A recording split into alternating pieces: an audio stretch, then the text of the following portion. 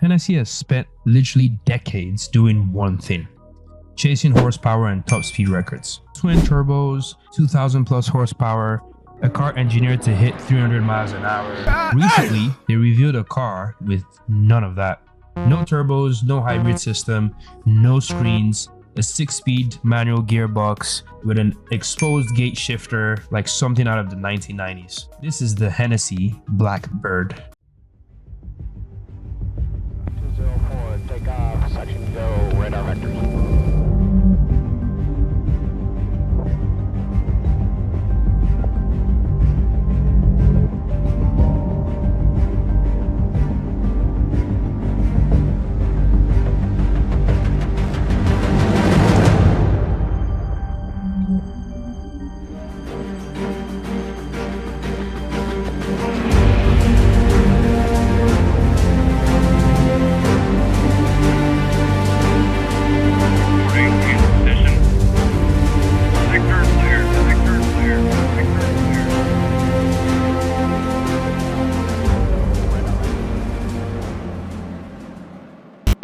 And it might be the biggest gut check any hypercar company has pulled in years. Let's break down exactly what it is and why it exists. What's up everyone, welcome back. This one literally dropped recently, so we're gonna go through it fresh. We're gonna go through what we know, what is confirmed, what is still a mystery, let's get into it. So first, the name isn't random. The Blackbird is directly inspired by the Lockheed SR-71, the legendary Cold War spy plane that could outrun missiles by simply flying faster than they could catch up.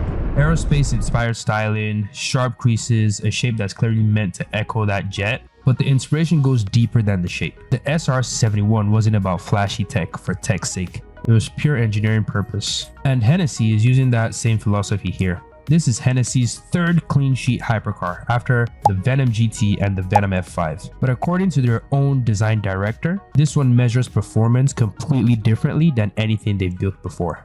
Here's where it gets genuinely surprising. Every recent Hennessey has been about turbocharging and pushing power numbers into the stratosphere. The Venom F5 makes over 2,000 horsepower from a twin turbo V8. The Blackwing throws that entire formula out. It's powered by an all-new naturally aspirated 6.2-liter V8 co-developed with Ilmor, I don't know if I'm saying that right, the legendary racing engine specialist behind Indy and Formula 1 programs. No turbos, no hybrid assist, just a big, high-revving, naturally aspirated engine that spins to 9,000 RPM. Output is estimated at around 800 to 850 horsepower, and multiple outlets are already calling it the most powerful naturally aspirated production V8 in existence. The previous title, I'm pretty sure, goes to the Z06.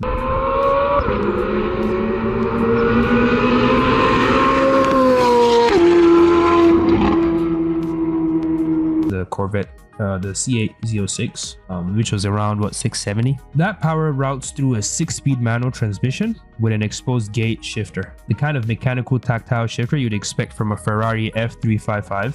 Not a 2026 hypercar. Performance numbers: Hennessey has released 0 to 60 in 2.5 seconds and a claimed top speed of 220 miles per hour. Slower than the Venom F5's 300 plus mile per hour target, sure, but that's not the point of this car, and Hennessey knows it. The interior might be the most rebellious part of this whole car.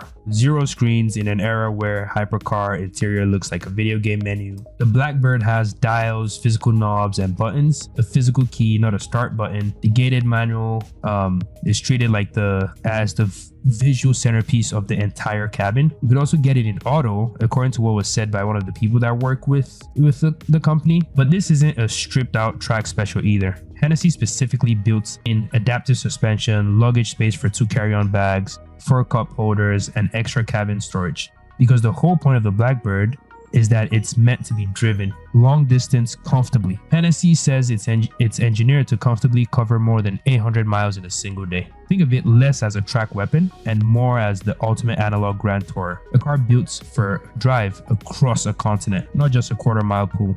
Now, the numbers that actually matter if you're trying to buy one. If you can afford one and you're watching my video, just drop your boy a little 50k dono, you feel me? I'm just trying to get a C7 Z06. But back to the video.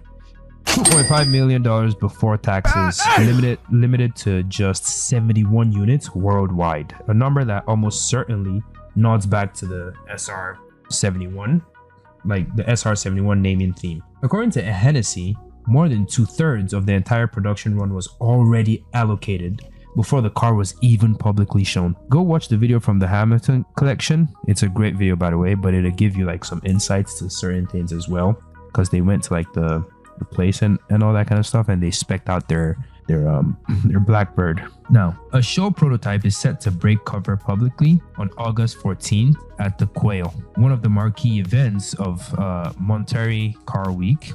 But if you're hoping to actually drive one soon, patience is required. Customer deliveries aren't expected until somewhere between 2029 to 2030. That's 3 to 4 years out. This announcement is very much a save your spot in line moment and not a here's a car you can buy next year moment. Why does this matter? Here's why this launch is more interesting than just another hypercar reveal. The hypercar world right now is dominated by two trends: absurd horsepower numbers, chasing top speed records like Koenigsegg, Bugatti, Rimac, or fully electric silence and instant torque like the Rimac's Nevera and the Yangwang U9. Everyone is racing towards more complexity, more electrification, more screens, more digital everything. Hennessey, a company that builds its entire reputation on chasing outrageous horsepower numbers, just looked at that trend and said, nope, not this time. The Blackbird isn't trying to outpower anyone. It's not trying to set a top speed record. It's deliberately going backwards, something more mechanical, more involving, more human. And with the Venom F5 expected to end production by 2028, the Blackbird isn't a side project. It's been positioned as Hennessey's next cornerstone model. This is a genuine strategic pivot for the company, not just a limited run experiment. So yeah, that's Hennessey Blackbird. We will be watching the review closely, and we'll update you the moment we get more details, like pricing specifics, confirmed final horsepower numbers, and what it actually looks like in person. But yeah, so stay tuned for that. What do you guys think? Do you think it's a smart move away from the horsepower arms race, or is Hennessey walking away from the thing that made them famous to begin with? Let me know down in the comments. Like the video if it was, you know, it was like useful information. I mean, if you're like billionaires. But yeah, subscribe for more like, you know, car content like this, and see you in the next one.